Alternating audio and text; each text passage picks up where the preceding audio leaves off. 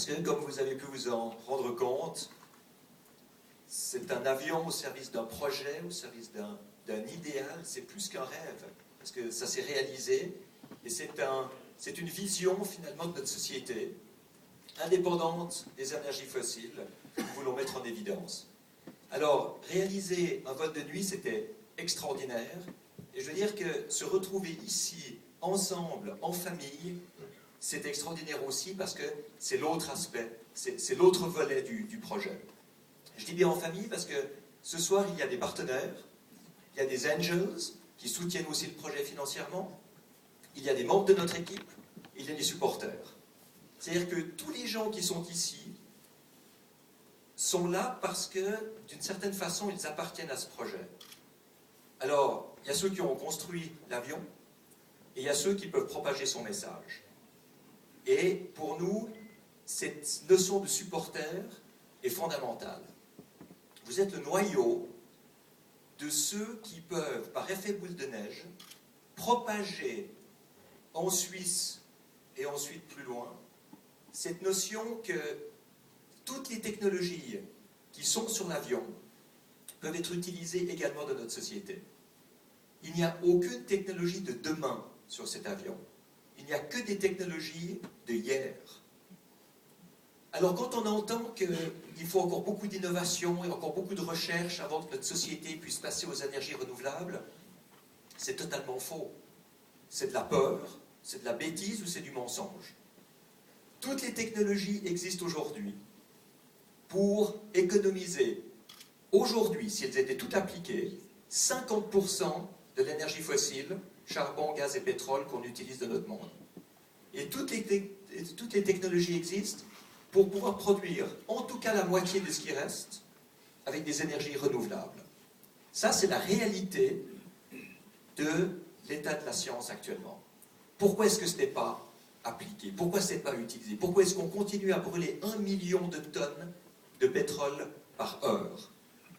Eh bien simplement parce que c'est toujours autorisé. Parce qu'on peut toujours gaspiller, parce qu'il est toujours permis de polluer, parce qu'il est toujours permis, si on regarde bien, de produire autant de CO2 que ce qu'on veut. Alors qu'on pourrait faire tellement autrement. Alors c'est vrai que très souvent, notre monde a peur des technologies vertes, technologies propres, parce qu'on croit que ça va coûter plus cher, on croit que ça va être une limitation pour notre croissance, notre confort, notre développement. Mais ce n'est pas vrai. Dans l'état actuel de notre économie mondiale, la seule manière de continuer la croissance, c'est d'avoir des nouvelles technologies, d'avoir des nouvelles sources d'énergie, et c'est ça qui permettra de se développer. Et c'est ça la grande aventure du XXIe siècle. C'est plus de retourner sur la Lune, c'est de se libérer des énergies fossiles, c'est les droits de l'homme, c'est la lutte contre la pauvreté, c'est la recherche médicale, c'est toute l'amélioration de la qualité de vie.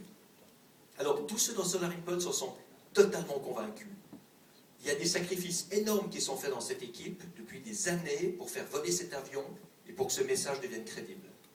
Maintenant, déjà bien avant le tour du monde, nous sommes invités, André et moi, par des gouvernements, par des commissions, par des forums énergétiques pour montrer ce que nous faisons et pour prouver qu'en fait tout ça est possible. Pendant 8 ans, nous parlions que de notre espoir, de notre vision, il n'y avait rien à montrer, rien à prouver, maintenant il y a quelque chose à prouver.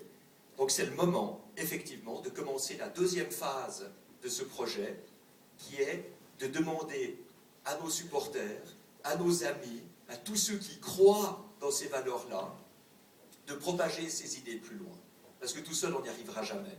Il y a tellement de résistance de ceux qui ont peur de l'avenir, de ceux qui ont peur du changement. Il y a tellement d'intérêt de ceux qui n'ont encore rien compris et qui pensent qu'ils pourront continuer à se remplir les poches avec les vieilles technologies, qu'effectivement, on est dans un moment crucial maintenant. Il y a des votations qui se préparent, il y a des choix politiques, il y a des choix énergétiques, il y a des choix technologiques. Alors, si vous êtes nos supporters, essayez d'atteindre le deuxième but qu'on s'est fixé. Nous avons eu, tout au début du projet, un brainstorming avec toute notre équipe, même avec des ingénieurs, pour parler de la philosophie du projet. Et ce qui est ressorti, c'est que le premier but qu'on voulait avoir, c'était 155 millions de personnes qui adhèrent d'une certaine façon à notre idéal, que ce soit par Internet, que ce soit par Twitter, que ce soit par Facebook, et qui représentent une force d'encouragement d'encouragement au progrès. Vous êtes les premiers, rappelez-vous toujours que vous étiez parmi les premiers. Maintenant, il s'agit de continuer. Alors pendant que l'équipe fabrique le deuxième avion qui fera le tour du monde, essayez de, par effet boule de neige, d'acquérir d'autres gens, je ne dirais pas à Solar Impulse, parce que ce serait réducteur, mais d'acquérir d'autres gens à cette cause des énergies renouvelables, de ces nouvelles technologies. Parce que les pionniers du 21e siècle, c'est ceux qui amélioreront la qualité de vie sur cette planète. Alors, soyez les pionniers.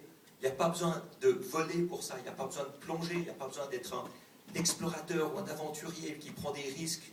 Non, il suffit d'y croire, d'en parler autour de soi, de faire les bons choix de consommation, les bons choix politiques, d'encourager ceux qui ont des visions dans nos gouvernements, de ne pas voter pour ceux qui n'en ont pas.